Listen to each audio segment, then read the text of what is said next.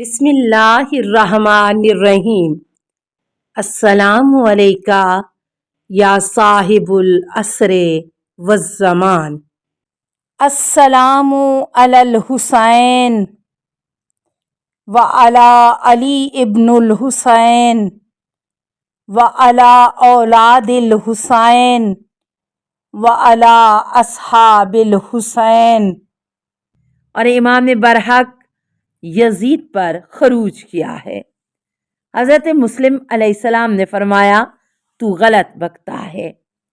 معاویہ نے افتراق کا بیج بویا اور پھر یزید اس کے نقش قدم پر چلا، اور تیرا باپ اور تو اس فتنے میں پیش پیش ہو، اور میں تجھ جیسے بدترین انسان کے ہاتھوں جام شہادت نوش کرنے میں فخر محسوس کر رہا ہوں۔ ابن زیاد نے کہا تم لوگ خلافت کے امیدوار ہو، اور خدا یہ معاملہ اس کے حوالے کرے گا جو اس کا اہل ہوگا۔ حضرت مسلم علیہ السلام نے پوچھا وہ کون ہے جو خلافت کا اہل ہے؟ ابن زیاد نے کہا وہ یزید بن معاویہ ہے۔ حضرت مسلم علیہ السلام نے فرمایا بس میرے اور تیرے درمیان خود اللہ ہی فیصلہ کرے گا، اور اس کا فیصلہ ہمیں منظور ہے، ہم اس کے شکر گزار ہیں۔ ابن زیاد نے کہا تم کو گمان ہے کہ خلافت تمہارا حق ہے؟ حضرت مسلم علیہ السلام نے فرمایا گمان نہیں بلکہ یقین ہے کہ خلافت آل محمد کا حق ہے۔ ابن زیاد نے کہا اس شہر میں آپ کیوں افتراق ڈالنے کے لیے داخل ہوئے ہیں؟ حضرت مسلم علیہ السلام نے فرمایا میں امر بالمعروف اور نہی عن المنکر کے لیے آیا ہوں، کیونکہ تیرے باپ اور تو نے نیکیوں کو ضائع کیا اور برائیوں کو ظاہر کیا ہے، اور آمرانہ طور پر لوگوں کی گردنوں پر سوار ہو، اور خلاف حکم خدا کیسر و کسرا کے طریقے پر سلطنت کرتے ہو، اور ہم کتاب و سنت کی اشاعت کرتے ہیں۔ ابن زیاد نے کہا کہ جب حضرت مسلم کی اس کلام سے برافروختہ ہوا کہ تم خود ثنائی کرتے ہو حالانکہ شراب پیا کرتے ہو، حضرت مسلم علیہ السلام نے فرمایا خدا جانتا ہے کہ میرا گوشت پوشت شراب سے ناشنا ہے، خدا کی قسم تیرا یہ الزام محض جھوٹ و فریب ہے، حالانکہ اس امر شنی کا تو خود مرتکب ہے، اور بلا جرم لوگوں کی خون ریزی کی بدترین عادت تجھ میں ہے۔ ابن زیاد اس ملعون نے جواب نہ بن آنے پر حضرت علی علیہ السلام اور امام حسن علیہ السلام اور امام حسین علیہ السلام کو سب کرنا شروع کر دیا۔ حضرت مسلم علیہ السلام نے فرمایا تیرے باپ کو اور تجھے سب ستم زیبا ہیں، اب اپنا فیصلہ سناؤ۔ ابن زیاد نے بکر بن عمران کو بلایا کہ محل کی چھت پر لے جا کر حضرت مسلم علیہ السلام کا سر تن سے جدا کر دے۔ پس وہ ملعون حضرت مسلم کو چھت پر لے گیا، یہاں تک کہ حضرت مسلم علیہ السلام تسبیح و تحلیل پروردگار میں رطب اللسان تھے۔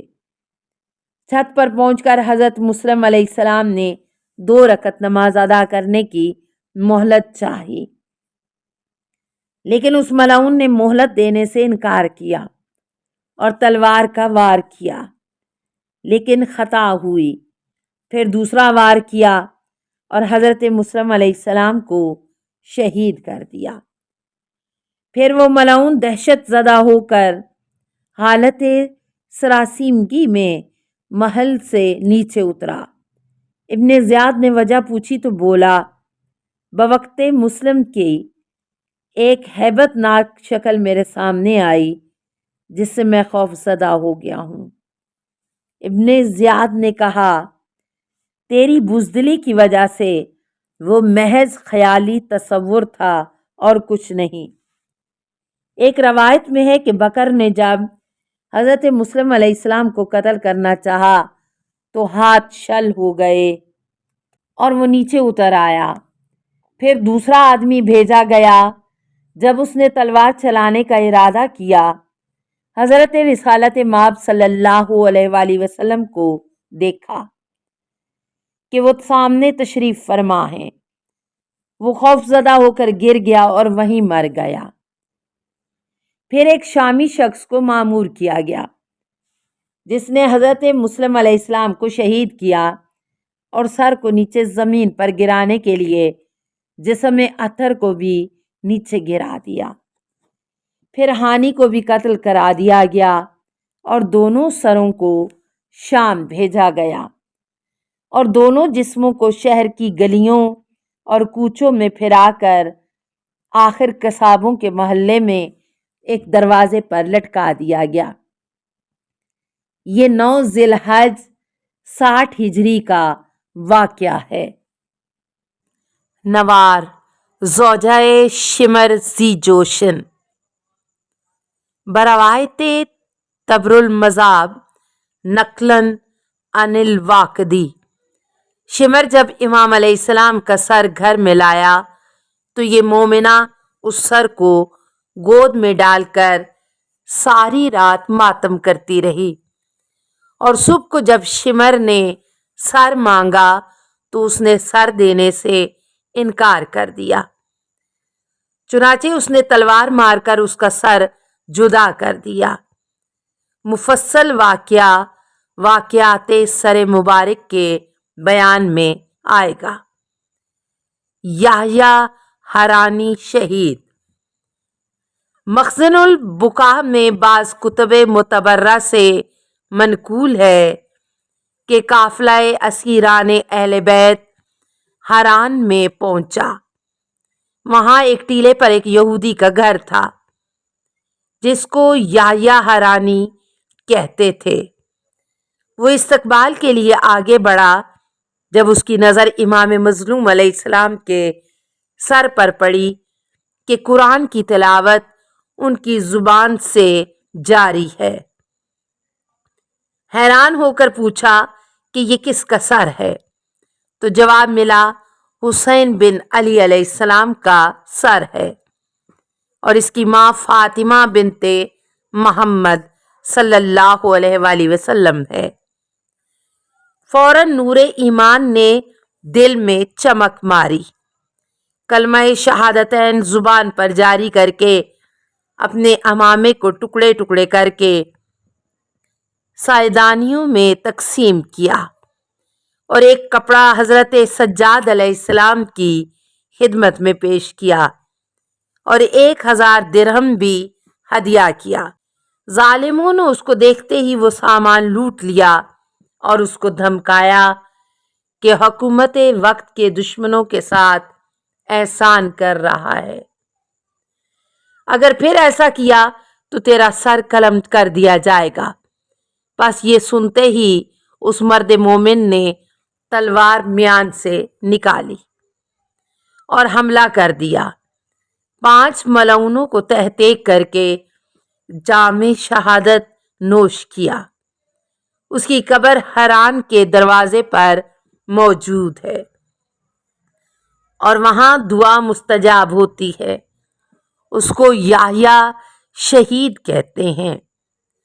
ہانی بن عروہ مرادی صحابی، حضرت علی علیہ السلام کے خاص الخاص شیعوں میں سے تھا اور جناب رسالت مآب صلی اللہ علیہ وآلہ وسلم کی صحبت کا شرف بھی اسے حاصل تھا۔ بوقت شہادت اس کی عمر 98 برس تھی۔ قبیلہ مراد کا سردار تھا۔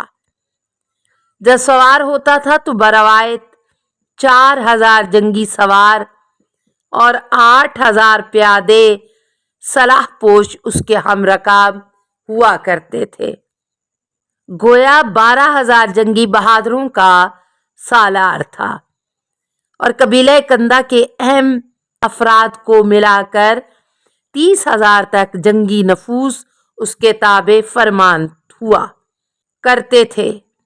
ہانی اور اس کا باپ دونوں حضرت علی علیہ السلام کے خاص شیعہ تھے اور جنگ جمل و صفین اور نہروان میں حضرت شاہ ولایت کے ہم رکاب رہے۔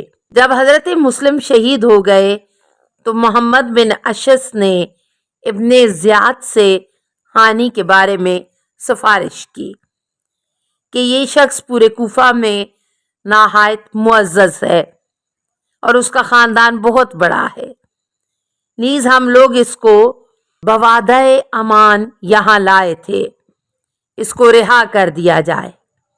لیکن ابن زیاد نے پرواہ نہ کی اور حکم دیا کہ قصابوں کے بازار میں لے جا کر اس کا سر تن سے جدا کر دیا جائے۔ چنانچہ جب جلاد لے چلے تو ہانی نے اپنے قبیلے کے نام آوازیں دی، لیکن اس وقت کون سنتا تھا۔ آخر ایک دفعہ انگڑائی لی اور اپنے ہاتھ رسیوں سے آزاد کر لیے اور لڑنے پر آمادہ ہوئے۔ السلام علیکہ یا صاحب العصر والزمان، الامان الامان الامان من فتن الزمان، السلام علیکہ یا خلیفۃ الرحمن، السلام علیکہ یا امام الانس والجان، السلام علیکہ یا مظہر الایمان، السلام علیکہ یا شریک القرآن، السلام علیکہ یا قاطع البرہان، السلام علیکہ یا امام زماننا، ھذا اجل اللہ فرجک وسہل اللہ مخرجک وظہورک، السلام علیکہ ورحمۃ اللہ۔ اللہم صلی علی محمد و آل محمد۔